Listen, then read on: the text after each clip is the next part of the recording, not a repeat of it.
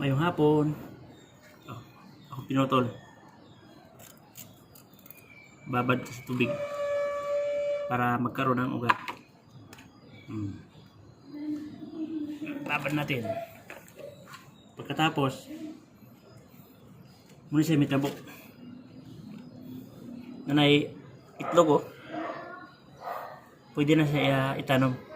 Nanay itlog oh, saka ugat. Pwede na ilipat sa paso.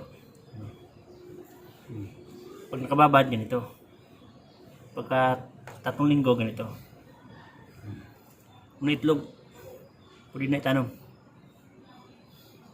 Atong palaghanon. Pa. Lipat na natin. Dito. Yan.